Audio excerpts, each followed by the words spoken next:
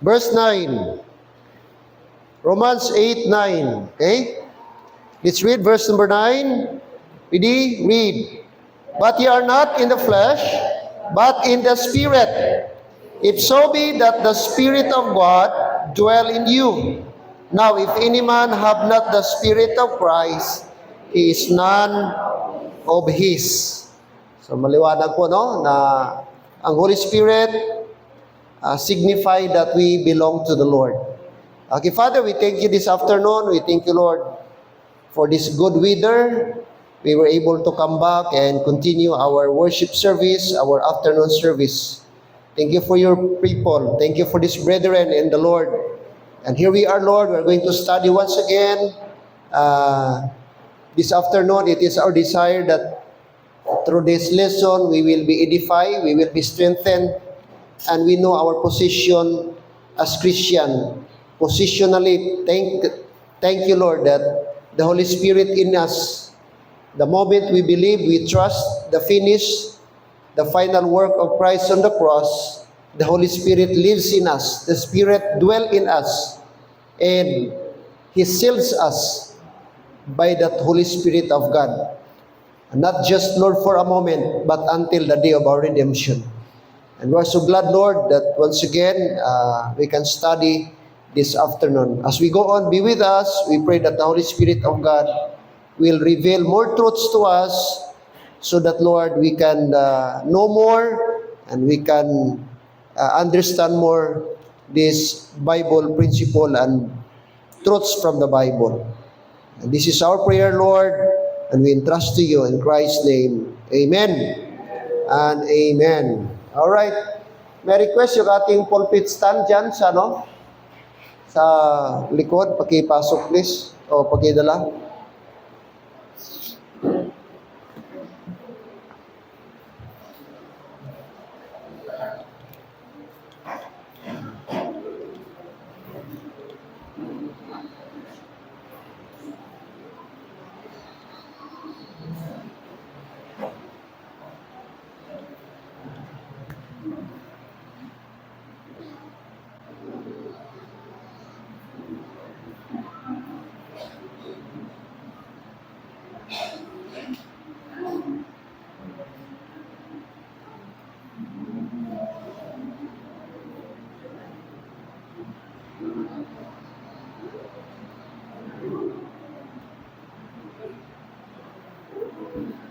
Seven ways the Holy Spirit works in the believer. Are we believer? Amen. So if you're a believer this afternoon, then this is what happened to us. The moment we trust the gospel, and the Bible says that we were sealed with that Holy Spirit of promise. Our text says, verse 9, if any man, anybody, anyone who claim that he is a believer of God. Okay, verse number 9, but ye are not in the flesh, but in the Spirit. If so be that the Spirit of God dwell in you. And in the second phrase, look at this. Now, if any man have not the Spirit of Christ, he is what? None of His. So this verse says that the child of God has the Spirit of God. Anyone who claims that is a child of God, there must be Holy Spirit in his life. But if the Spirit is not present in his life, the Bible is very clear, he is none of His. So we can know a person that he is a child of God if the Spirit is in him. All right? So there are two things we can learn from this verse. Okay, those that are in the flesh and those that are in the Spirit. All right? Now the first thing we need to consider, all right, in our dispensation of grace, the Holy Spirit works uniquely and powerfully in the life of the believer. He does not empower signs and wonders like Israel's prophetic program. He does not come and go as in the Old Testament. He does not fall upon believers by laying on hands. Hindi din po magdating sa atin ang Holy Spirit by laying of hands. Instead, He dwells permanently in every member of the body of Christ, working internally, spiritually, doctrinally to transform, teach, and secure us. That's why this afternoon, here are 7 ways the Holy Spirit works in the believer. Okay, first thing, okay, the Holy Spirit. The Holy Spirit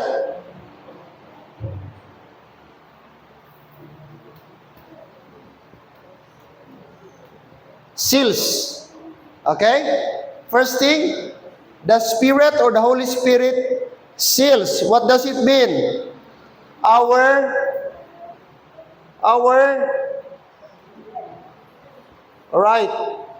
security in salvation. Amen? So, ang Holy Spirit, Spirit of God, seal us. And that means, dahil po tayo na-seal na, that secures our salvation. Amen? Okay, Ephesians 1:13, it's very clear. Okay? According to Ephesians.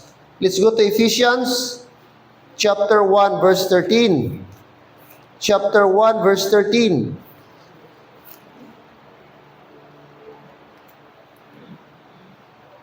Verse 13.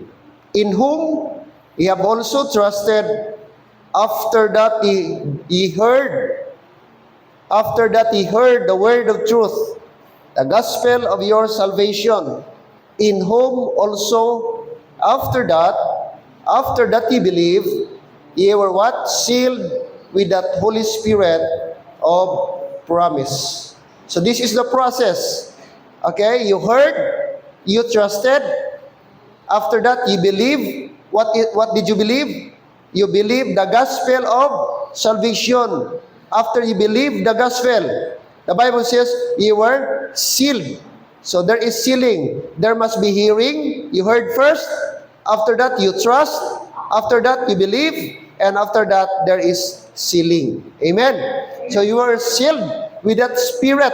Take note. You were sealed with that Holy Spirit of promise. What is your seal? It is the Holy Spirit itself. It is the Holy Spirit of God that seals us. And He dwells us. Okay, chapter 4, verse 30. Chapter 4, Ephesians, chapter 4.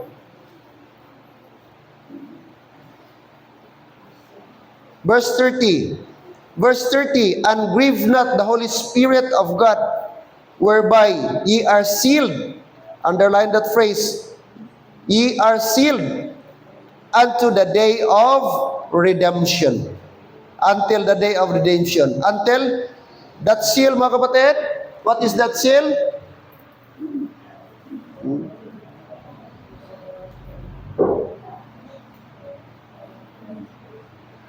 Alright. Permanent seal. It is a permanent seal. Pag sinabing permanent, hindi na mawala, hindi matamper, hindi ma-destroy, hindi ma-distort. Because our seal until the day of redemption. Amen? That is forever. Take note, in the Old Testament, the Holy Spirit is in and out. It will not stay forever. It will not stay permanently.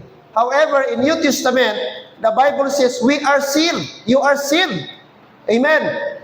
By the Holy Spirit of God. It is a permanent seal. Praise God. Our seal is the Holy Spirit of God. Okay? The moment we believe the gospel. Protected, no? Sealed until the day of redemption. 2 Corinthians 1:22. 2 Corinthians chapter number 1. Chapter number 1. 2 Corinthians chapter 1. Look at verse 22. Ladies, can you read? All ladies, verse 22. 1 Corinthians 1:22. Ready? Read.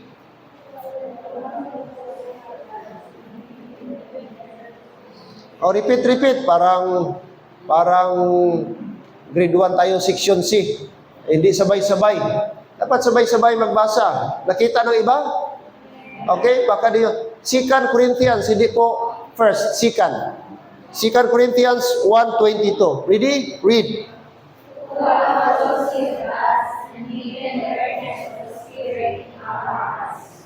So, very clear, amen? Who hath also sealed us, and given the earnest of the Spirit, where? In our hearts. So, napaka-clear po, Brad, na ang Bible, gisealed tayo. Ang ating heart, na-sealed. Okay? With that Holy Spirit of God. So, praise God. Alright? Are you a child of God? Are you saved this afternoon? Therefore, you have the Holy Spirit of God. It is a permanent seal.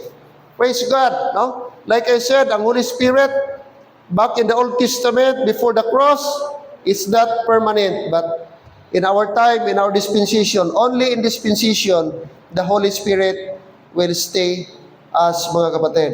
Okay? Permanent seal. Next. A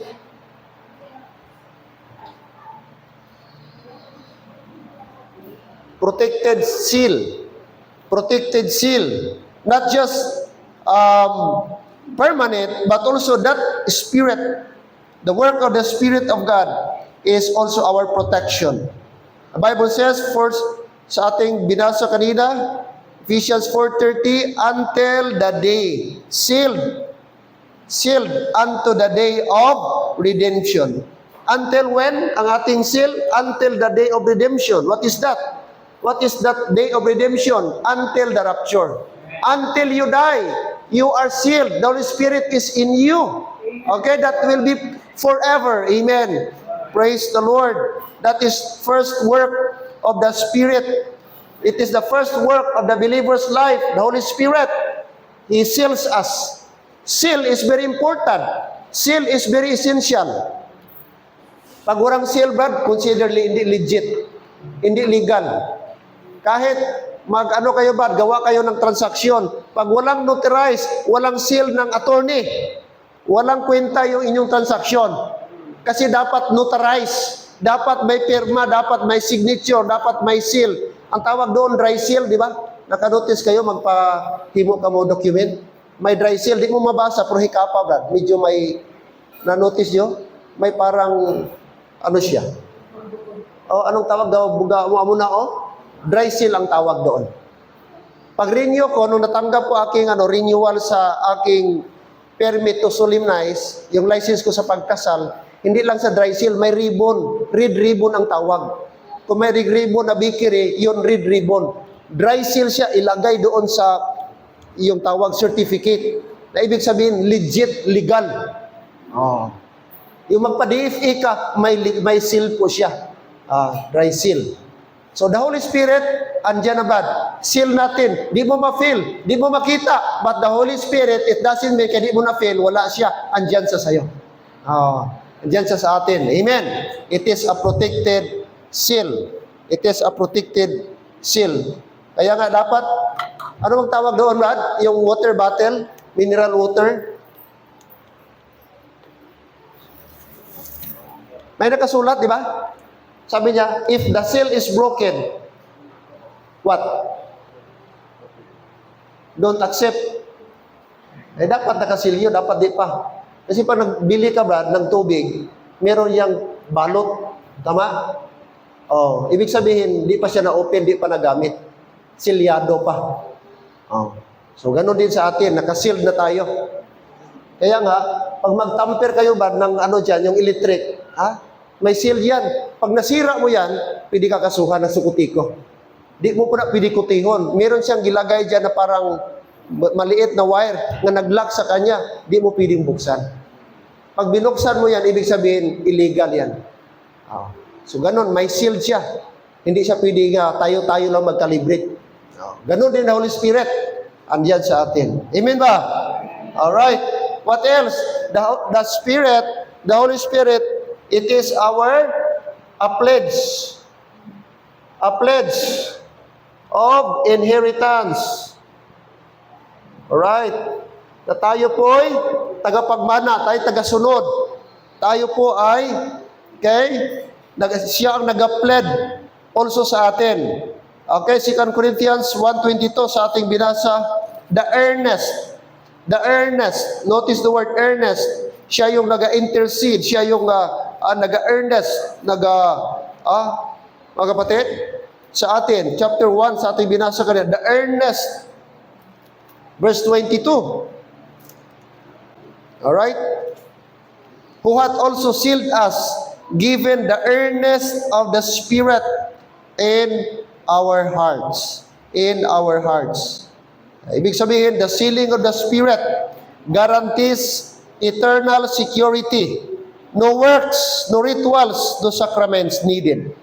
Just the Spirit of God, just the seal of God is enough na, Brad, makapasok tayo sa langit.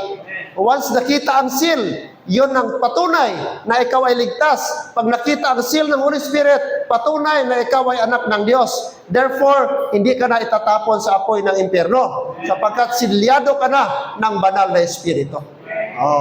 Glory to God for that. Amen? So the Spirit, number one work, function, sa atin ngayon, sa ating panahon, silyuhan ka. Silyuhan ka. Di mo na kailangang tawagin ng Holy Spirit para isil ka. Di ka na kailangang i-pray mo para isil ka. Automatic, when you believe the gospel, automatically, instantaneously, you were sealed by the Spirit of God. Amen. No works needed. You don't need to ask for it, beg for it, mga kapatid. Only by believing. Alright. Next, the Holy Spirit, number 2.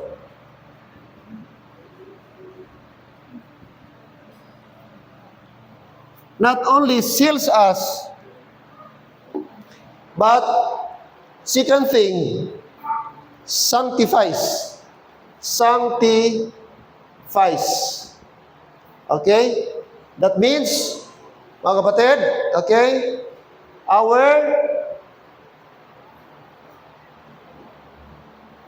purity and conduct. Okay? Ano ang i-sanctify niya? Kanina, isil niya. Isil ka niya. That means our security in salvation. Secured na tayo. Bakit confident ka na child of God ka? Bakit confident ka sa heaven na pupunta pag kinuha ka ni Lord anytime? Because of that seal. Pangalawa, ang Holy Spirit, the work, function, is sanctify. Ano ang purpose ng sanctification?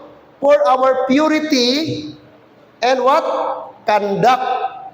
Hindi para purity for our salvation, hindi ganon. Ang sanctification is the result of our salvation. Hindi po siya, mga kapatid, requirement para ma-save. Product siya, outcome siya ng salvation. Ano ang i-sanctify? Okay, our purity and conduct. So kailangan, pag save tayo, dapat ang ating conduct is pure. Alright? 1 Corinthians chapter 6, verse number 11. 1 Corinthians chapter 6, verse 11.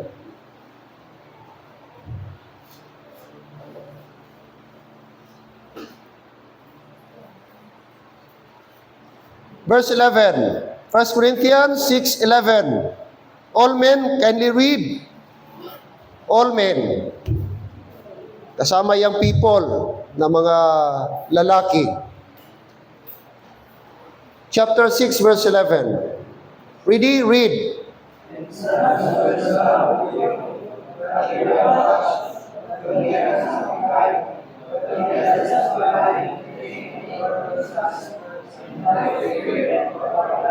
Amen?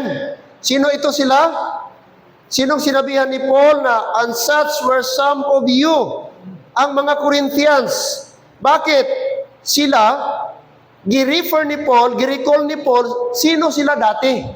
Before sila na-save, ano sila? Kanina nabanggit ko ito during sa preaching natin sa morning. Verse number 9, know ye not that the unrighteous shall not inherit the kingdom of God?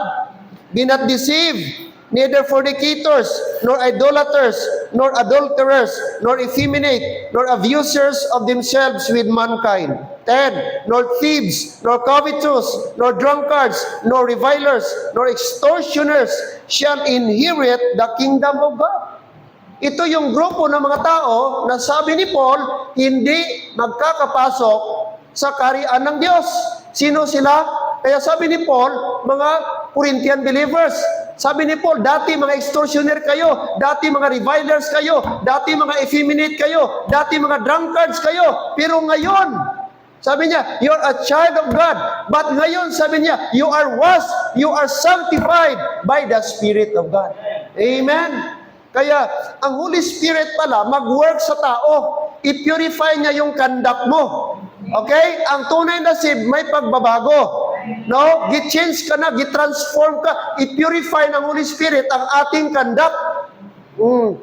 Kaya sabi ni Paul, and such some of you, or were some of you, but ngayon, sabi niya, kahit nung una, mga extortioner kayo, mga revilers kayo, mga covetous kayo, but praise God, sabi ni Paul, but now, ye are washed.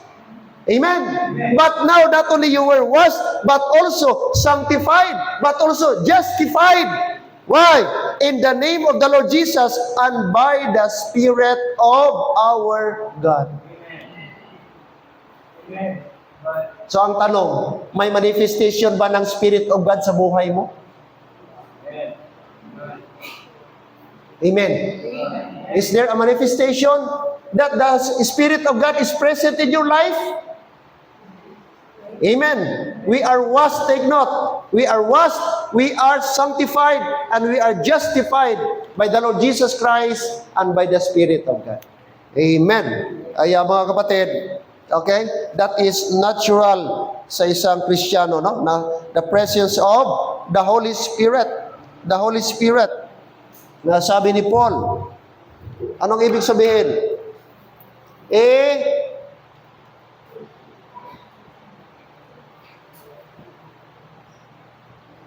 Meron na tayong cleansed standing. Positionally. Okay? Positionally. Anong tawag natin?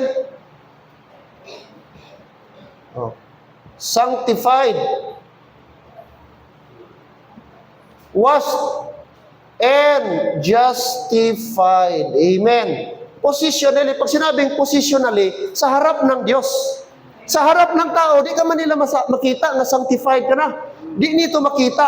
Pero positionally, spiritually, ang standing mo, your state, yung katayuan mo, sa harap ng Diyos, hinugasan ka na.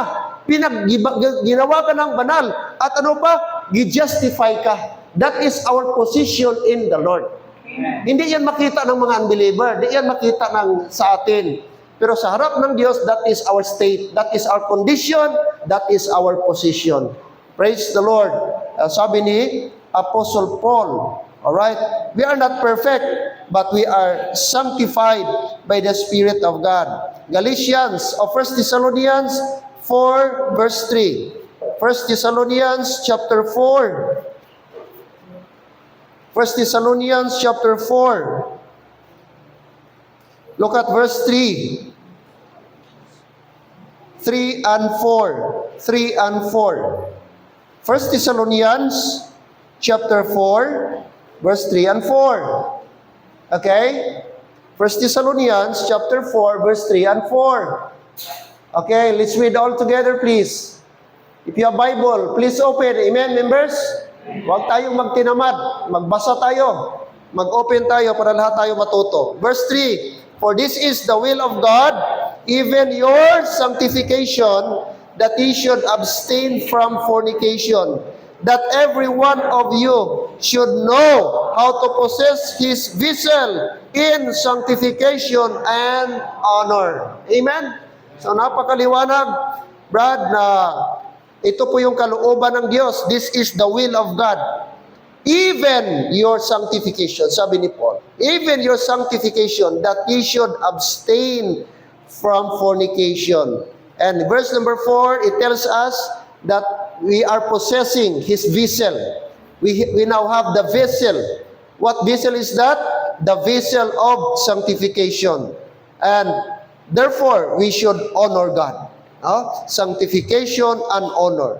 If you're a child of God, we possess the Spirit of God, and our possession is now sanctified.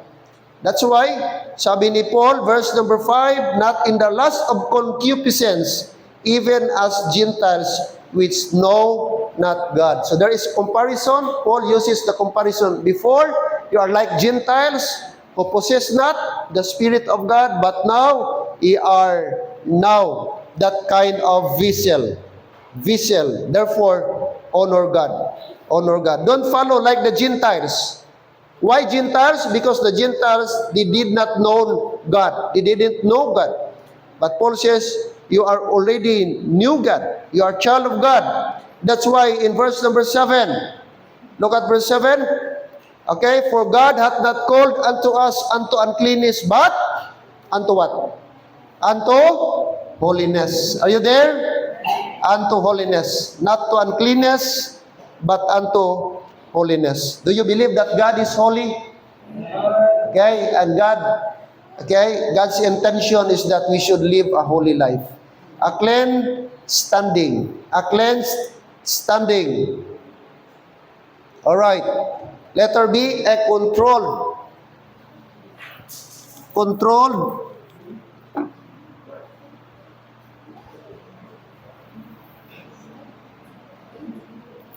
sanctification.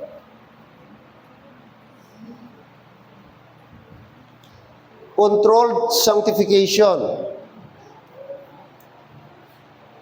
Verse 3 again. For this is the will of God, even your sanctification. Notice, what's the will of God? Diyan ba tayo? What is the will of God? The answer is found in verse 3. Even your sanctification. So that is the will of God, that every believer, every child of God should be what? Sanctified.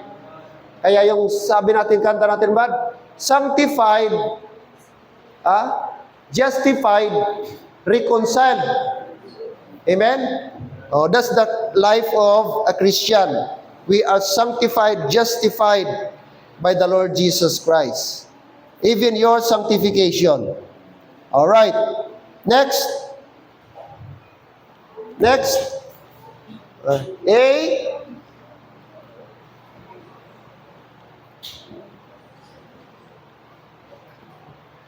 Crucified. Not only our standing, it is cleansed, controlled, but also crucified self. Crucified self. The self must be crucified. Galatians 5:16. Let's go to Galatians. Galatians 5, verse 16. Chapter 5, verse 16.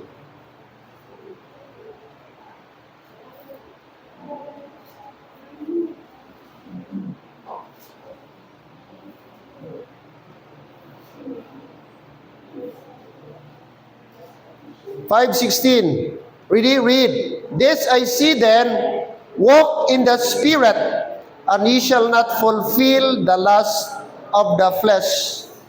Walk in the Spirit.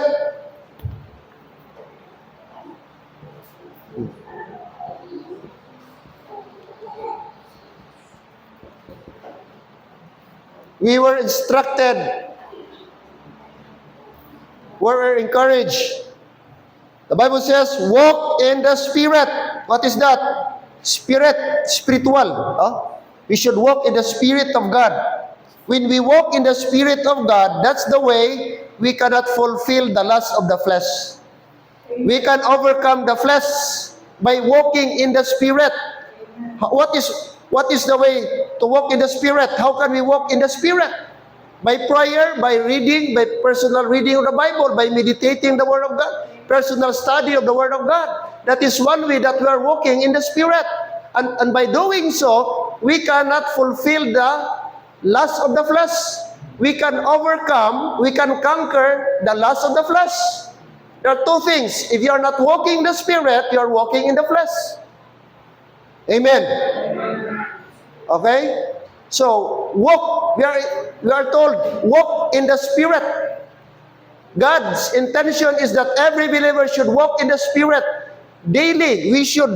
Ourselves should be what? Mortified. This flesh, the lust of the flesh, should be defeated. We cannot defeat the self without walking in the Spirit. Okay? There's one way we can defeat this flesh, by walking in the Spirit of God. Amen? Because this is enemy number one. The Spirit and the flesh, contrary to each other. They are fighting each other, the flesh and the Spirit. That's why dapat nating i-feed, dapat i-strengthen natin ang ating spirit para di tayo madala sa flesh. Amen. Marami tayo, we cannot be able to overcome this flesh without the help of the Spirit of God. Kasi weak, sabi ni Paul, no? Yung gusto niyang gawin, Romans chapter 7, di niya magawa. But it is sin na nagadwell sa kanya, sabi ni Paul. That's why we need to crucify self. Sabi ni Paul, chapter number 2, verse 20. Sabi ni Paul, Galatians 2:20. Galatians 2:20, I am what? I am crucified with Christ. Nevertheless, I live, yet not I, but Christ liveth in me. And the life which I now live in the flesh, I live by the faith of the Son of God, who loved me and gave Himself for me. Notice the word, I am crucified with Christ. The moment you got saved, you were crucified with Christ. The flesh has been crucified. Okay? This mortal has been crucified. Okay? Together with Christ. Okay? That's why, sabi ni Paul, mortify this body daily. We need to crucify ourselves. Kasi this self, mga kapatid, gusto talagang magtaas. Itong self natin, gusto niya nga siyang masunod. Kasi self-willed ito. Kaya isubmit natin ang ating will. Isubmit na natin ating self. Magpasakop tayo sa Spirit. We must be Spirit-led, not self-led. Amen? Para ma-fulfill natin ang will ni Lord. Pag hindi na-submit itong ating flesh, ating will, hindi tayo maging Spirit-filled, mga kapatid. Amen? Thank God that the Holy Spirit is there. He sanctifies us, controlling us, and crucified self. That is the work of the Spirit. Meaning, sa ating panahon ngayon, mga kapatid, okay, Spirit-powered tayo, not law-driven. Spirit-powered. Okay, dapat empowered tayo by the Spirit of God. Okay? Spirit-led dapat ang isang Kristiyano. Alright? Hindi self ang nag-ano sa kanya, nag-control. Alright, diyan pa tayo? Alright, verse number 3. Pito ito, hopefully tapusin natin ito. Pito. Number 3. Okay.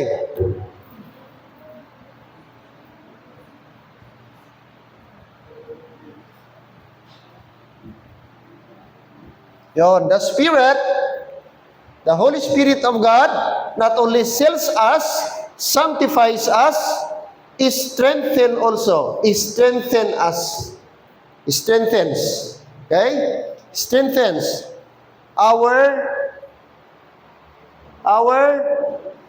power in weakness. All right. During sa ating mga weaknesses, i-empower tayo ni Lord. Kaya wag nating dahilan, tao lang ako bad. Marupok ako. Tao lang kasi ako. Hindi yan pwede na dahilan. May Holy Spirit sa iyo ba nag-empower? Amen? May Holy Spirit sa iyo nag-guide. May Holy Spirit sa iyo nga nag-sustain. Yun ang ating kailangan. Yun ang ating kakampi. Kaya wag mong i-excuse na tao lang ako nagkakasala. Di ko maiwasan ng kasalanan kasi tao lang ako. Hindi po yan excuse, mga kapatid. Ephesians 3:16. Let's go to Ephesians 3:16. 3:16.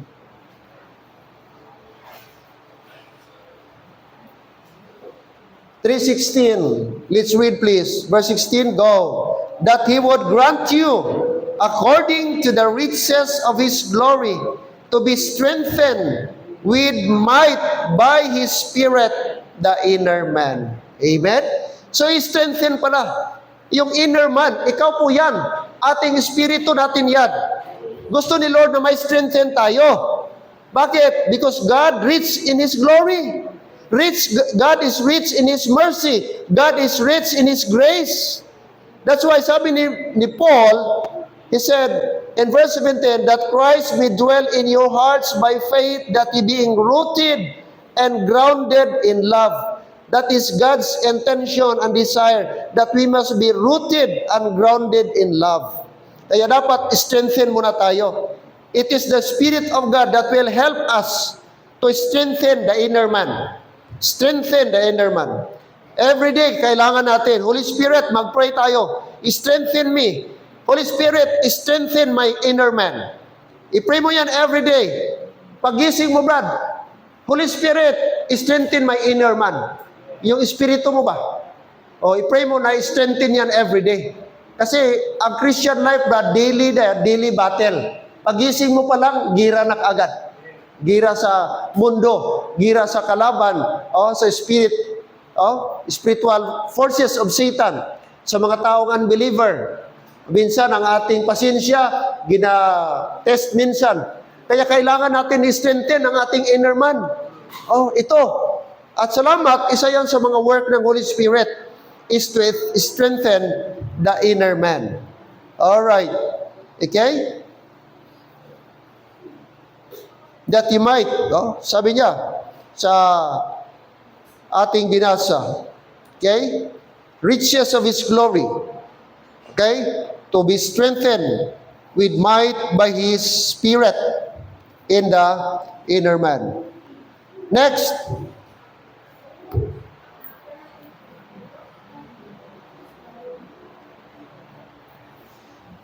Strengthen the inner man, supported prayer life. Not only that, but also supported prayer life. Romans 8:26. Paano tayo may strengthen? By prayer life. Romans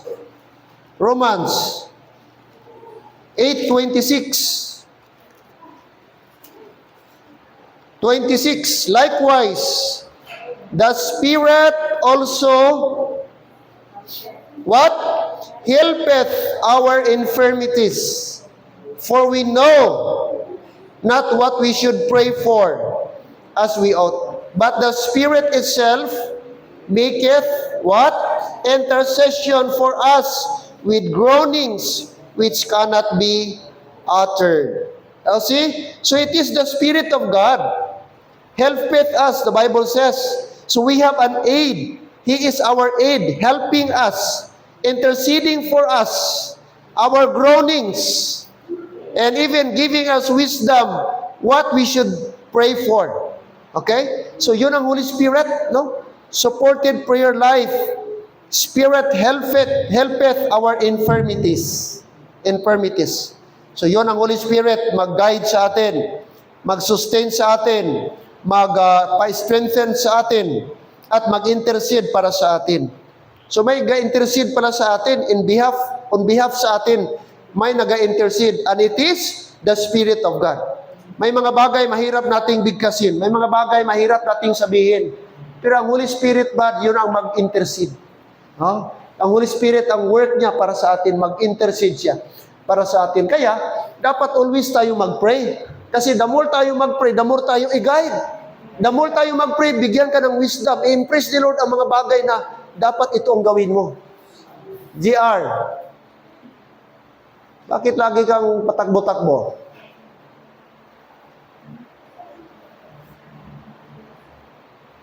Okay?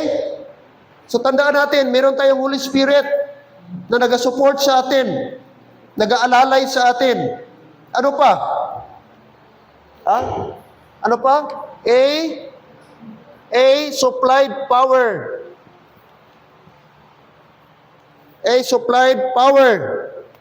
Anong sabi ni Paul? Philippians 4:13. Memorize ba niyo yan? Very short. I can do all things through Christ which strengtheneth me. That is the statement of Paul. That is the declaration of Paul. He can do all things, not by his will, not by his might, not by his knowledge or intellect. But he said, I can do all things Through Christ. That is through Christ. Amen. Which what is strengthened me. So who strengthened Paul? What was the secret of Paul's strength? It was Christ, not on him. Amen. But it was the Lord Jesus Christ, which strengtheneth me. Kaya, huwag kang magpaluya-luya dyan. Amen. Sabihin mo kay Lord, Lord, I need your strength. Lord, hina ako. Lord, medyo down ako ngayon. Lord, please strengthen me.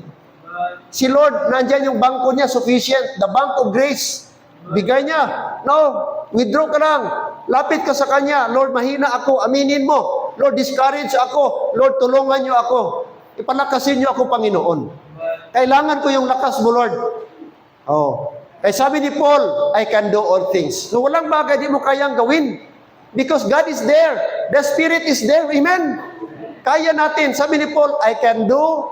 He did not say some. He did not few. He said, I can do all things. Amen? Kaya, questionably sa Christian, nag-suicide, may Holy Spirit eh. May Spirit of God, nag-strengthen sa atin. Tapos ikaw, baka wala ang Spirit of God sa iyo, kaya bakit ka man hopeless, para kang walang joy. Ang Spirit mag-lead sa atin, mag-strengthen sa atin. Oh, tulungan niya tayo, alalayan niya tayo. Gaano man kalaki, gaano kabigat ang problema, the Holy Spirit is there. Kaya natin ma-overcome. Si Paul, grabe ang problema. Si Paul, grabe nadaanan niya. Pero he said, I can do all things. Because there is the Lord Jesus Christ and there is the Spirit of God. Amen. That strengthens me. Power. Power. Now the Spirit strengthens from within. Not by signs, not by wonders, or outward demonstration. Hindi po yung mga signs and wonder, nakakita ako, na may milagro, o hindi po yun ibig sabihin. Hindi yun ang sa ating panahon ngayon.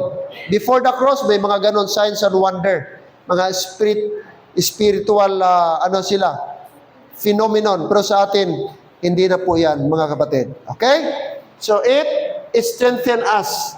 Our power in weakness. Our power in weakness. The Spirit of God is there, just as it. Number 4, the Spirit seals, sanctifies, strengthens. The fourth, number 4, the Spirit shows. Ipapakita niya. Ilahad niya. Ano ang ipakita niya? Okay? Our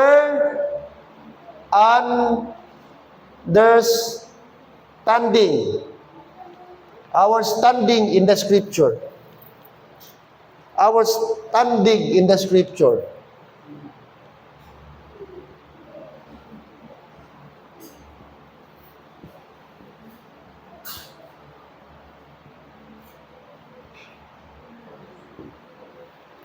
Alright. Siya yung mag-present. Siya yung mag-provide ng knowledge sa atin. Ang Spirit of God, para maintindihan natin ang Scripture. Pag wala ang Spirit of God, wala. Para ka na nagbabasa ng ordinary book. Di mo maintindihan, di mo ma-appreciate, di ka mag-enjoy magbasa ng Bible. Pag wala ang tulong ng Holy Spirit. Kasi ang Holy Spirit, siya yung magbukas sa atin. Itawag doon, illumination. O, shed light. Buksan niya ang ating isip para makita mo ang truth. Kaya yung mga tao na hindi nakakita sa truth, wala pa nabuksan ang isip. Walang Holy Spirit of God. Kaya blind sila. That's why kailangan natin yung Spirit of God. Bakit? Because ang Holy Spirit of God revealing teacher.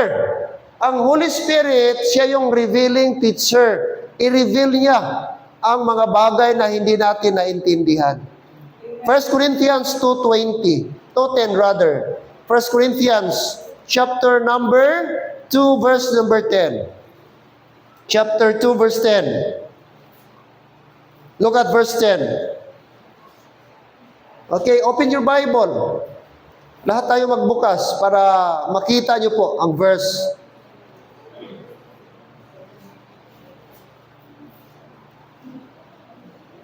Verse 10.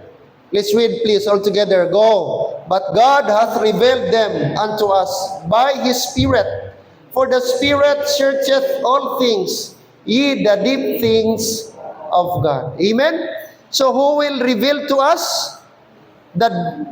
Sabi niya, deep things. Deep things. Mga bagay na medyo malalim, mga bagay na mahirap intindihin. Pero walang mahirap intindihin kung andyan ang Holy Spirit. Kasi ang Holy Spirit i-reveal sa iyo kung anong ibig sabihin. May mensahe ang Holy Spirit sa atin. Yan ang dapat natin gawin. Yan ang gusto ko. Okay? I-reveal niya. Ipaintindi niya sa atin. Even yung mga bagay na medyo malalim at mahirap. Okay? Yun ang advantage natin. Kaya ma-appreciate natin ang Word of God because of the Spirit of God. Sabi niya, Spirit. Spirit. Ano ang Spirit? Sabi niya, searcheth all what? Things. All things. Walang bagay na hindi niya ipaintindi, walang bagay na hindi mo maintindihan. Kay ang Holy Spirit, siya ang mag-search, siya magpaintindi. Hingiin lang natin ang knowledge, ang wisdom ng Holy Spirit, galing sa Holy Spirit. Searcheth all things, a revealing teacher. Kaya di tayo mag-interpret sa sarili natin. Hayaan natin ang Holy Spirit ang mag-work. Hayaan natin ang Holy Spirit ang magturo sa atin. Willing tayo magpaturo sa Holy Spirit. Amen? Kasi siya ang teacher natin. Siya ang teacher, ang Holy Spirit.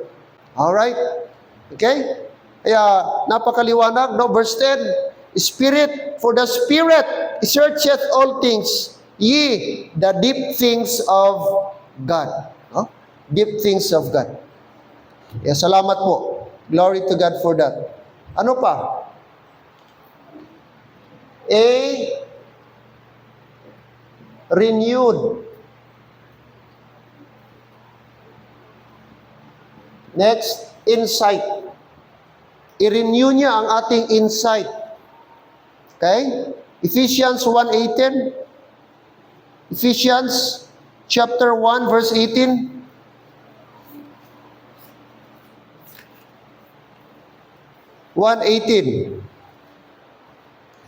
Ephesians, dapat habang tumatagal tayo, mas madali na nating ma-scan ang ating Bible.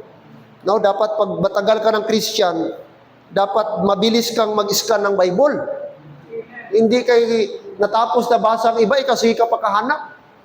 No, dapat mabilis tayo. Amen. Kaya ikabisado natin ating Bible. Verse 18, the eyes of your understanding being enlightened, that ye may know what is the hope of His calling, and what the riches of the glory of His inheritance. The eyes of your understanding. That is, gusto ng Diyos, na tayo po, magkaroon tayo ng eyes of understanding. What is that? Ating mind, ating spiritual. Magkaroon tayo ng enlightenment. Ma-enlighten tayo. Kapag ka na-enlighten tayo, what would be the result? That ye may know. Ano ang dapat malaman natin? Is the hope of His calling, and what the riches of the glory of His inheritance. Wow. Kaganda niyan, amen? No, na meron tayong hope of calling, meron tayong riches of the glory of God, and meron tayong inheritance in the saints. Inheritance in the saints. Verse 19, and what is the exceeding greatness of His power to usward, who believe according to the working of His mighty power. Alright? So yun ang gusto ni Lord, na magkaroon tayo ng eyes of your understanding. Amen? Look at verse 17. that the God of our Lord Jesus Christ, the Father of glory, may give unto you the spirit of wisdom. What else? And revelation. What else? And the knowledge of Him. Yun ang gusto ni Lord, magkaroon tayo ng wisdom, spirit of wisdom. Karoon tayo ng revelation. I-reveal ni Lord ang mga bagay sa atin. And knowledge of Him. Wala na pong greatest wisdom. But wisdom, Brad, na galing kay Lord. Yung wisdom, spiritual wisdom, makilala mo ang Diyos. Malaman mo kung anong state mo, anong condition mo, sino ka sa harap ng Diyos. Yun ang pinakamagandang wisdom, Brad, na alam natin sino tayo sa harap ng Diyos. Alright? Ano pa?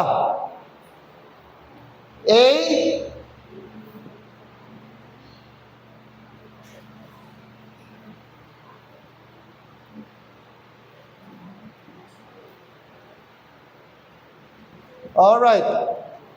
Not only a renewed insight, but also a divided mind. A rightly divided mind. A rightly divided mind. Rightly divided mind. So dapat meron tayong mind. Look at verse number 7. Verse number 7, 2 Timothy 2:7. 2 Timothy 2:7. Chapter 2, verse 7. This is the prayer of Paul to Timothy. This is Apostle Paul. He said, this is his appeal to Timothy. Verse 7, consider what I say, and the Lord give thee understanding in all things. Consider what I say. Sabi niya, Timothy, i-consider mo yung sinasabi ko. Timothy, yung tinuturo ko, i-consider mo. Ibig sabihin, i-meditate mo, intindihin mo, okay? I-ponder mo, i-consider mo, i-assist mo. Yun ang ibig sabihin ni Paul. Okay? Kung para sa iyo, nonsense, consider. No? Hindi ako nagsasabi ng nonsense. Hindi ako nagtuturo ng walang kwenta. Sabi niya, consider. Kaya pag may narinig tayo sa preaching, di tayo mag-conclude, di tayo mag-judge. Consider. No? I-meditate mo, binagon mo, i-analyze mo. Okay? Yun ang ibig sabihin. Consider what I say. Sabi ni Paul. Kaya sa ating mga learning, consider. Consider what I say. And the Lord, ano Brad? Ano nang gawin ni Lord? And the Lord give thee understanding in all things. So, bigyan tayo ng understanding ni Lord. Okay? So, sa ating panahon ngayon, understanding the mystery is impossible without the Holy Spirit. So, di natin ito maintindihan pag wala ang Holy Spirit. Kaya sabi niya sa verse 15, Brad, paano natin maintindihan? Paano natin maintindihan? Ang continuation, verse 15, study to show thyself approved unto God, a workman that needeth not to be ashamed, rightly dividing the word of what?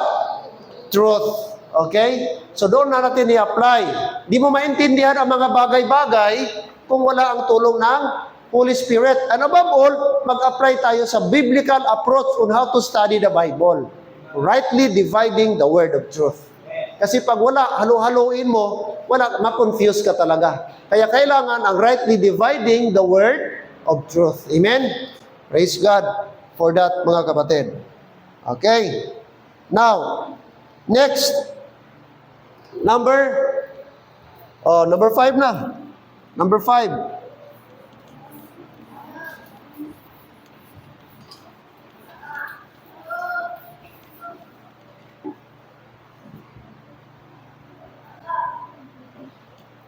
What's number 1? The first thing. Okay? 7 ways the Holy Spirit works.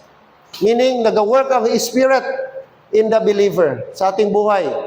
Sa ating panahon. It seals, sanctifies, strengthens, it shows our standing and understanding in the Scripture. And number 5, Number 5. Subdus. Oh. Subdus, ibig sabihin, i-conquer or under control. I-overcome niya, i-conquer niya. That's the word subdus. I-subdue na. Okay? What is that? Subdus. Victory over sin. Alright. Victory over sin. Ang Holy Spirit, hindi kanya hahayaan na maging defeated ka. Madala ka, maging bondage ka ng kasalanan. Gusto niya tulungan ka na ma-conquer mo, ma-overcome mo, masubdue mo siya. Ang flesh, ang kasalanan. Romans 8:13. Go to Romans 8:13. Slightly, na-mention ko ito kanina. Romans 8:13. Verse 13, For if ye live after the flesh, ye shall die. But if ye through the Spirit do mortify the deeds of the body, ye shall live. Take note the word, do mortify the deeds of the body. Okay? So dapat i-mortify natin. Hindi tayo mag-live after the flesh, but after the Spirit of God. Through the Spirit of God. Alright? A mortification of the flesh. A mortification of the flesh.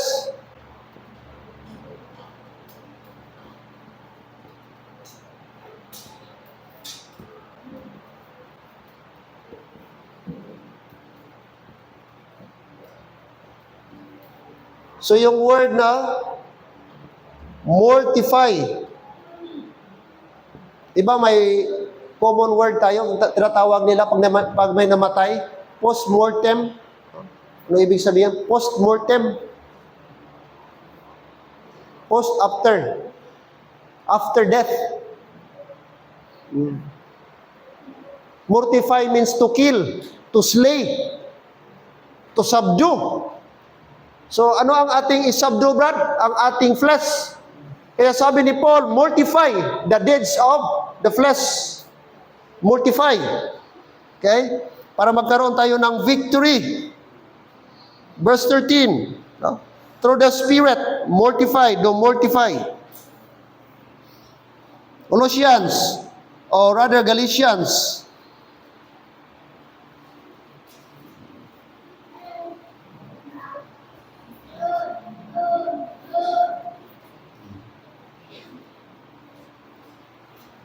Galatians chapter 5.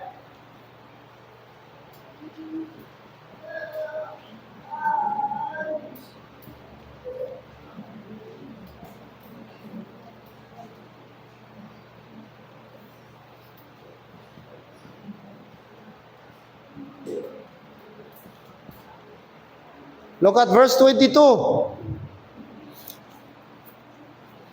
Chapter number 5. 22 and 23. Verse 22. But the fruit of the Spirit, are you there? But the fruit, take note, there is fruit of the Spirit. And what is that? But the fruit of the Spirit is love, joy, peace, long-suffering, gentleness, goodness. Next, faith. 23, meekness, temperance. Against such there is no law. Alright? So this is the fruit of the Spirit. These are the manifestation that the Spirit is in you. A person who has the Holy Spirit, he has joy. Amen? He has meekness. What else? He has long-suffering. He has gentleness, goodness, faith, and temperance. Those are the manifestation of a person who has the Holy Spirit. There is a manifestation. There is a fruit of the Spirit in his life. And this fruit should be seen in the life of a Christian. Kaya Christian ka, tapos hindi makita ang fruit of the Spirit sa iyo, mahirap sabihin Christian ka. Christian ka, wala kang long-suffering. Yes, kailangan natin, sometimes impatient tayo, pero kailangan natin maging patience. Christian ka, wala kang meekness, wala kang gentleness, impito ka, dali ka maakig, di ka kada istorya mo, pahampasin ka. istorya mo, permi taas boses mo, akig ka permi. Daw star ka sa bukid, lapit-lapit ka istorya mo, kasinggitan ka. Hindi dapat mo sina ang Holy Spirit. Ang Holy Spirit, meekness. Ang Holy Spirit, may pasensya. Ang Holy Spirit, may pagpaubos. Amen. Hindi pala akig, hindi magpagita away, hindi umpisa away. Amo na ang may spirit, gentle, meekness, temperance, long-suffering. Hello? Tanong, nakita ba yan sa buhay mo? Yes, we are not perfect. Yes, walang perfect sa atin. Nagkakasala tayo everyday. But dapat hindi forever makita ang, dapat makita ang Spirit of God sa ating buhay. Oh. Kasi ang Spirit of God, yan ang patunay. Ang meekness, goodness, temperance, gentleness, patunay, brad, na meron tayong Spirit of God. Hindi mo na kailangan sabihin, hoy, may Spirit of God ba ako? Hindi mo na kailangan i-advertise. Makikita mismo sa buhay mo. Kapag ka may gentleness ka, may kindness ka, may meekness ka. Mag-manifest.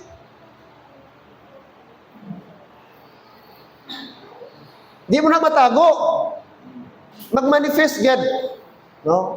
Ang fruit of the Spirit. Pero ano ang fruit of the flesh? Ang opposite niya, tanawa. Ano ang opposite niya? Oh. Next. Oh. 21. Verse 19. Verse 19. Now the works of the flesh, ano ang work of the flesh? Are manifest, which are this: adultery, fornication, uncleanness, lasciviousness. 20. Idolatry. Next. Witchcraft. Next. Ano pa ka mo? Lantawa Bible nyo. Sunod. Hatred.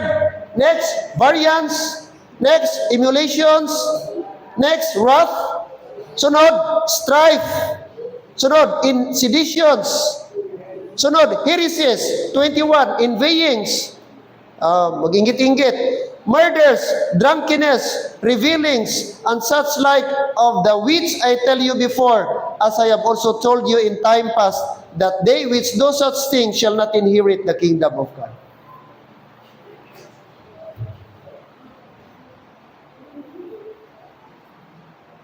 Yan pa tayo? So tanong, anong nag-control sa'yo? Work of the flesh or work of the Spirit? Kung di mo na maintindihan sa English, pangita Tagalog, Ilonggo, anong ibig sabihin yan? Ano yung mga revealings na yan? Ano yung variance? Ano yung emulation? Mga strife.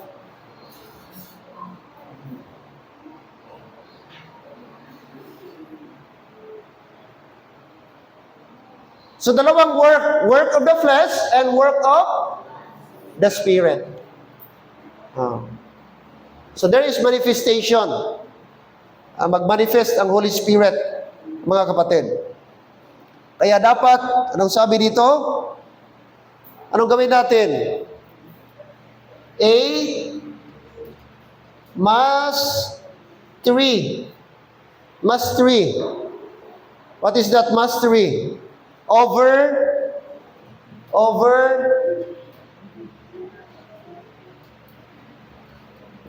carnality. So dapat makonquer natin ang carnality. Colossians 3:5. Colossians chapter 3 verse 5. 3:5. 3:5.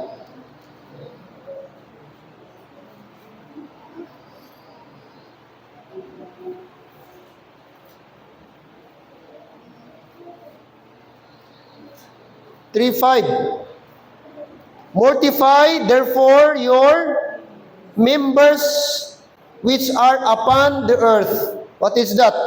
Fornication, uncleanness, inordinate affection, evil concupiscence, and covetousness, which is idolatry. For which things saith the wrath of God, what cometh on the children of disobedience. So mortify, like I said kanina, mortify. The word mortify, to slay. To slay. To kill.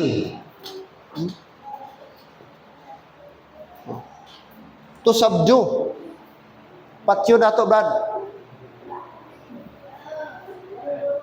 Amen? Kung sa tanong pa, habang bata pa, iano mo na. Para di na ka makabuylo. Eh kung magkahoy na, di mo na makakaya.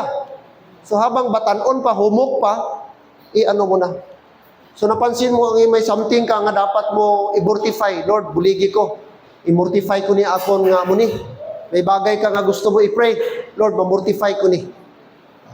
Amo na siya dapat. No? I-pray naton sa Ginoo. Mortify. Kaya sabi ni Paul, fornication, yung mga bagay i-mention ni Paul, mortify, inordinate affection, evil concupiscence, for which things sake the wrath of God cometh. So the Spirit, sa ating panahon ngayon, the Spirit leads the believer into victory. Not by law-keeping, but internal transformation. Transformation. Yun, i-transform tayo. Hindi tayo masabdo, hindi tayo maging victorious by law-keeping, but by being Spirit-led. No? Spirit-led, mga kapatid. Kaya sabdo. Like I said, di mo yan kaya sa sarili mo. Kailangan natin ng Holy Spirit of God para magtulong sa atin. Number 6, second from the last. Number 6. Alright. The Spirit speaks. The Spirit speaks.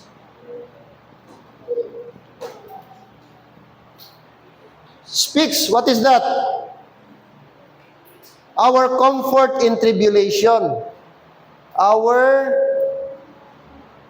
comfort in tribulation. So, ang Holy Spirit mag-communicate sa atin. Sa time ng mga tribulation, may time ng mga trials sa ating life. Andiyan ang Holy Spirit mag-work sa atin. Look at, Romans 15:13. Romans 15:13. Lahat na yung people. Romans 15:13.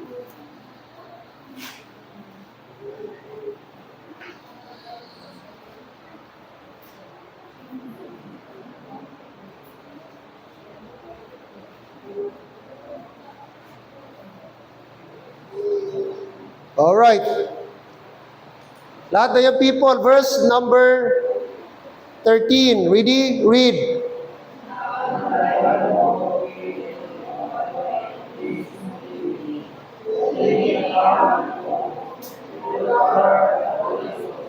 Underline the word, through the power of the Holy Ghost.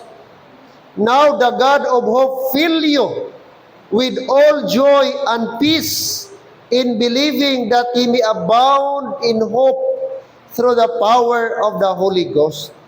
So ang ang Christian, mga kapatid, kahit may problema, yun siya tinatawag, a comfort of hope.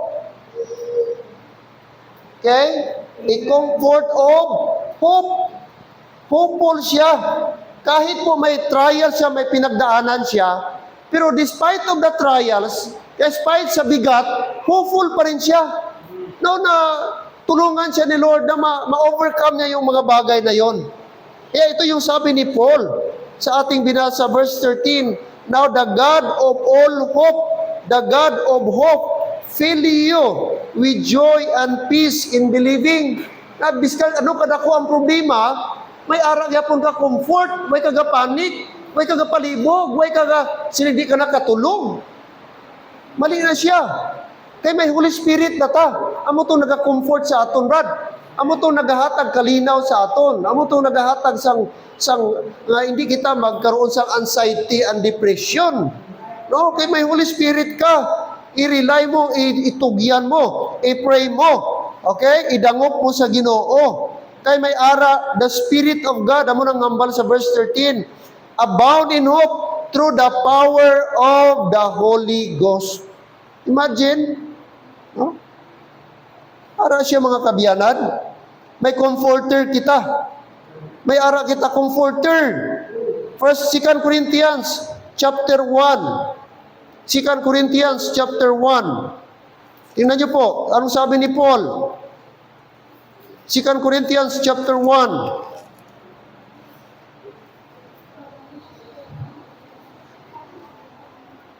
All men, adult men, please, adult, lahat ng mga tatay. O kahit di ka pa tatay, basta men ka na.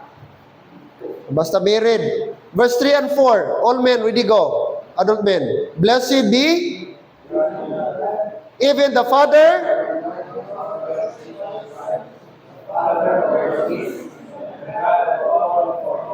for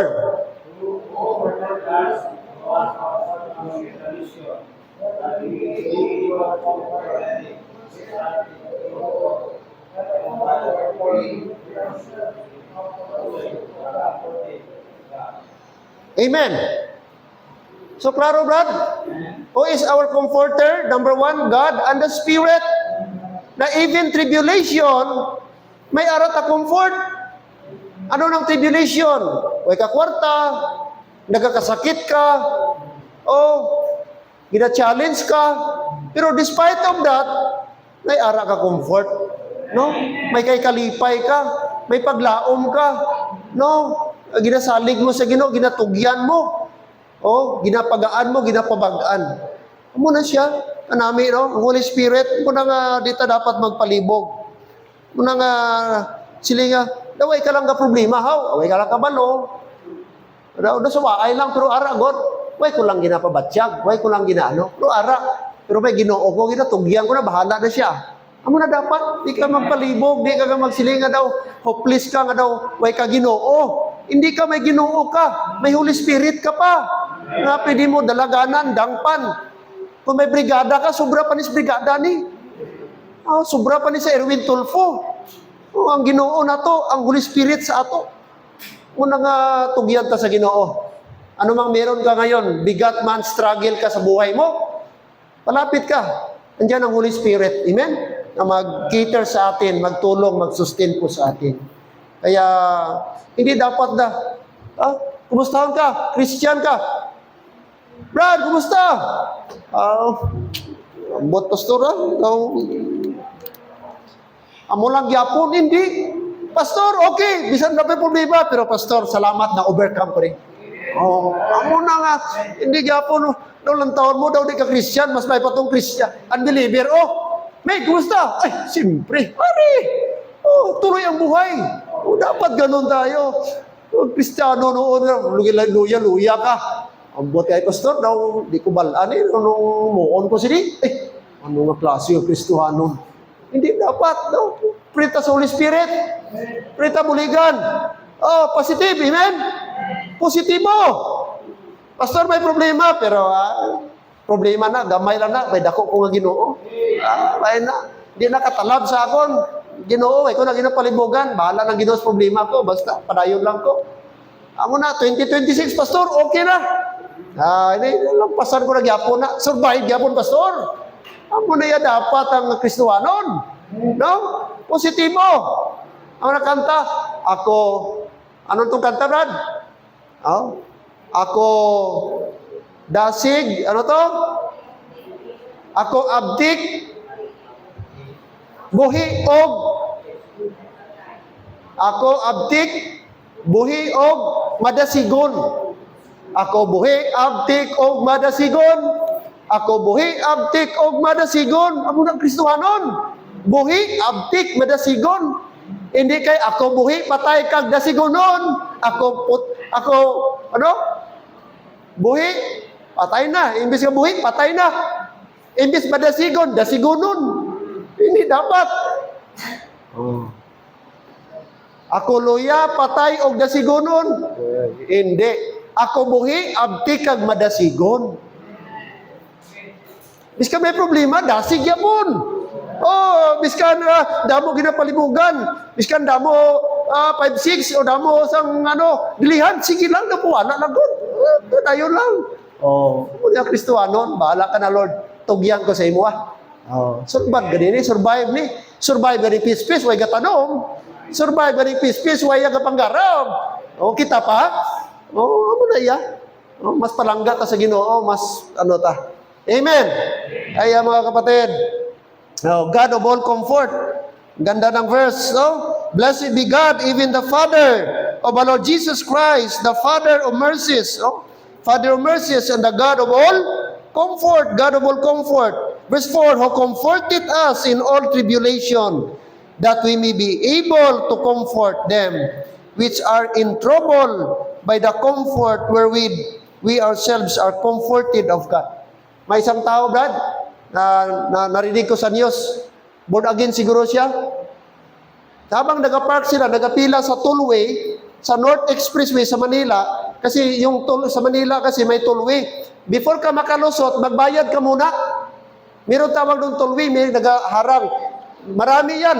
Pilang, ano yan, dito mga kutsi, dito mga, dito mga SUV, dito mga truck. Mayroon siyang sariling ganon.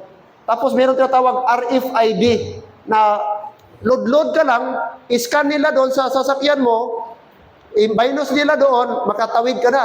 Kung wala kang RFID, doon ka sa cash, magbayad ka. Nakapila siya doon. May nag-loose brake man na sasakyan ba? Ang kanilang sasakyan na ban? Giararo. Mga kapatid, halos buong pamilya niya patay. 8. Patay. Nadala pa yung iba sa ospital, pero patay 8. Asawa niya, mga anak niya, papa, mama niya. Grabe. Sabi, interview sa ni Tony Gonzaga, paano mo natanggap na 8 pamilya mo namatay?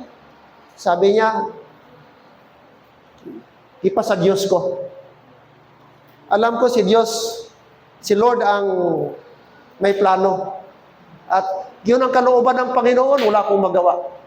Kasi hindi man ako naihawak sa buhay nila. Pero paano mo nakaya nga parang umabigat, pero alam ko naman na lahat ang Diyos ang may plano. So siguro born again siya. Kaya kung unbeliever to, iba ang sagot, amen? Siguro sisihin pa niya yung driver. Kami, ikulong na yan, ano na yan. Walan ka gani ng isa, Brad, how much more yung 8? Anak mo, asawa mo, grabe na yun. Papa mo, mama mo, ugangan mo, buong pamilya. Kasi nayupi, na sandwich, Brad. May sasakyan, tapos giararo sila, na sandwich. Patay. Pero bakit niya, Brad, na-overcome? Kasi may Holy Spirit. Hindi sabihin, wala nang kwenta ang buhay ko, ayoko nang mabuhay, gusto ka na rin mamatay, para sama-sama na kami, para yung sakit ng aking puso, mawala na. Siguro, ganun ko na ang believer. Pero dahil Christian, tingnan mo si Job, nawalan ng 10 anak, nawalan ng mga katulong sa bahay, na bankrupt, pero patuloy pa rin. Amen? May Panginoon. Di siya nagsuko, di siya nag-back out. Gano'n niya sa Panginoon. God of all comfort. God of all comfort. Consolation in trials. Consolation in trials. Consolation in trials. Ginakonsol tayo. Despite sa trials, andyan yung comfort ng Panginoon. Amen. Okay? John 14:26. John 14:26. John 14:26.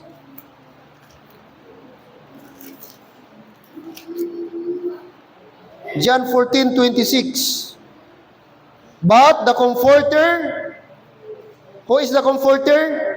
Which is the Holy Ghost, whom the Father will send in my name.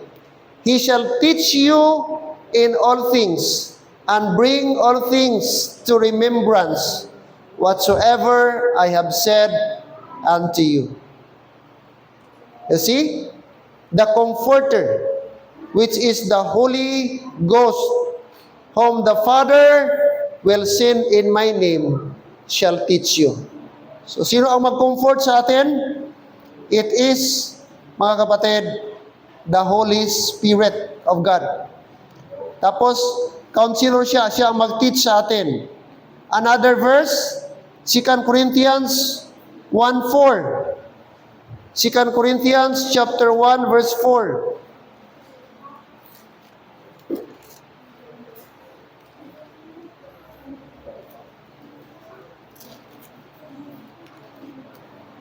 1 verse 4. Who comforted us, kanina sa ating binasa, in all tribulation, that we may be able to comfort them which are in any trouble. So sometimes gi-allow ni Lord na undergo tayo ng tribulation para pag na-conquer natin, na-overcome natin yung tribulation na yan, yung trial, pwede na rin tayo mag-comfort sa iba. No? Gamitin tayo ni Lord para mag-comfort, na maging instrument tayo, mga kapatid. Okay? So ibig sabihin sa ating panahon ngayon, the Spirit of God comfort us through His Word. Diyan pa tayo. Amen? May problema ka? Ibasa sa Bible. No. Amo rin solusyon, Brad. Wala iban. Basa ka Bible. Damo ka mabasa ng mga tao nga perti kadako problema nila. Pero Brad, tungod kay nagsalig sila sa Ginoo, tungod nagpalapit sila sa Ginoo, tungod kay way sila naglayo sa Ginoo, naka-overcome sila. No? Na-manage nila, mga kapatid. No? Kaya ang sagot is the Word of God. No? It's the Word of God. No? Basa tayo. Dabor tayo magbasa ng Bible. Andiyan ang mga promises ni Lord sa atin. Okay? Number 3, yung kanina, letter C, a counselor of truth. Alright. Next, number 7 and last. Amen. Oh, alas 6 na. Okay lang, amen? Oh, gaulan man. Ay, ano? Hindi magdali. Di ka kapakalagaw sa City Hall, way pa natapos. Oh, way pa natapos City Hall. Una hindi pagdali, kagaulan subong. Mas maayo dirita kay mamati patadrin, dabo pa ta ma-learn. Oh, dito, basi may kuryente dito na delikado pa kay gaulan-ulan daan. Hindi ka punggian na ng excited mo dito sa Kindilan. Way pa natapos, sunod simana na lang. All right. Next, the Spirit of God.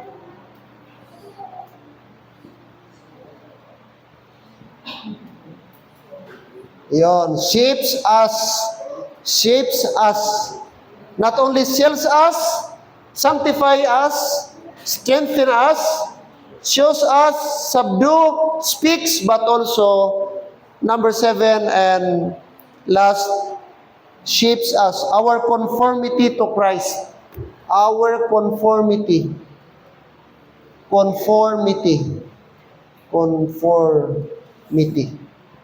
to Christ. Dapat maging conform tayo kay Christ. Yan ang ibig sabihin, Bart. Yan ang desire ni Lord sa atin, na magkaroon tayo ng conforming purpose. Romans 8:29. Romans 8:29. Anong sabi ni Paul? Romans 8 verse 29. Chapter 8 verse 29. Look at verse 29.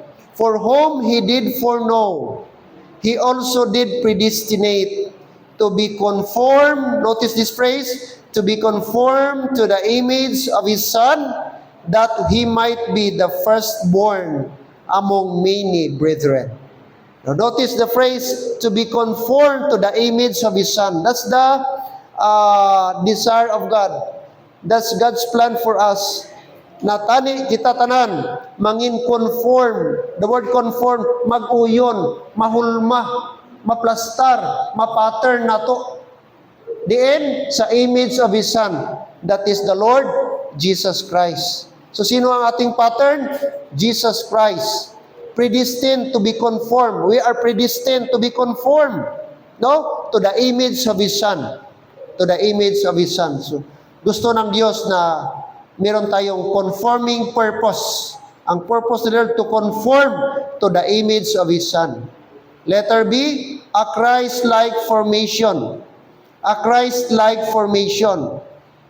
Until Christ be formed in you. Galatians 4:19. Galatians 4:19. Look at Galatians chapter 4. Look at verse 19. My little children, of whom I travail in birth, again until Christ be formed in you. Yun ang prayer ni Paul sa mga Galatian believers. Tinawag niya sila na little children, yung mga bagong Christian. At anong prayer niya? Of whom I travail in birth. Gigamit niya yung physical birth, gigamit niya yung pagpanganak, na yung pagbata ng babae, nag-labor, nag-travel. Sabi niya, I travail in you. Meaning si Paul may struggle din siya. Pero sabi ni Paul, travail in birth again until Christ be formed in you. So gusto ni Paul na itong mga Galatian believers, mahulma sila, mapurma sila, no? Na like the image of Christ. Yun ang desire ng Diyos. Kaya katulad sa ating mga bata, na habang bata pa ba, i-form natin sila. Ginatudluan ta, ginadisiplina ta. Okay? Kulmahon na to sila, Brad. No, para ma-form, no? Ma-form. Yung sabi ni Paul, gigamit niya, to be formed in you. Christ-like formation, no? Like Christ, no? Ang ating pattern, si Jesus Christ. Until Christ be formed in you. And this process is a continuous process. Continuous process. Philippians 1:6. Oh, I like this verse, mga kapatid. Anong sabi ni Paul? Philippians 1:6. Verse 6. Being confident of this very thing, that he which hath begun a good work in you will perform it until the day of Jesus Christ. So continuous until the day of Jesus Christ, until the rapture, until the Lord take us to heaven.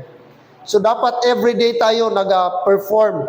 Everyday tayo, mga kapatid, nag-conform sa Panginoon. Conform. Kaya anong sabi niya? Romans 12, verse 1 and 2. Anong sabi niya? Therefore, my beloved brethren, I beseech you therefore, brethren, by the mercies of God, that ye present your bodies as a living sacrifice, holy, acceptable unto God, which is your reasonable service. Verse 2, and be not conformed to this world, but be renewed, but be transformed by the renewing of your mind, that ye may prove what is that good, and acceptable, and perfect will of God. Amen? And be not conformed. Paul says, do not conform, do not mold, do not be patterned of this world. Okay? Do not be shaped in this world. Do not be molded in this world. But rather, he said, but be transformed. How can we transform? By the renewing of your mind. If we have a renewed mind, we will see what is good, what is acceptable, and what is perfect will of God. Amen? So, kailangan ma-renew ang ating mind. No? Continuous process yan, every day. I-pray natin. Which means, the Spirit of God molds us not into Israel's kingdom people, but into Christ-like members of heavenly body, mga kapatid. Amen? So, final thought, conclusion, the Holy Spirit is the believer's constant companion. Amen? Constant companion, lagi nating kasama. He sells us, He sanctifies us, He strengthens us, He shows us the truth. Amen? He subdues our flesh, He speaks comfort, and He shapes us into Christ. And this is the miraculous, quiet, internal, powerful work of the Spirit in every believer under grace. So, what is the command? Walk in the Spirit. The bottom line, walk in the Spirit.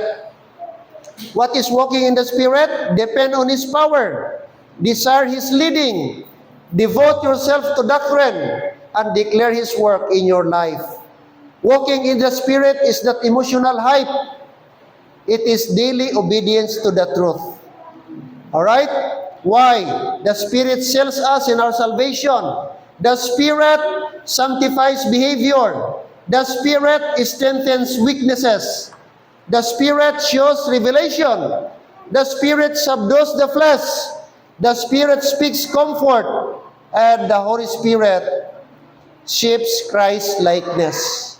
Yes, the Holy Spirit is not seen in science today. He is seen in the transformed life of the believer. Amen? Hindi makita ang Holy Spirit, pero makita ang Holy Spirit sa imong kabuhi. Paano ka magkinabuhi? Paano ka magginawi bilang Kristohanon? Dira makita ang Holy Spirit sa ato.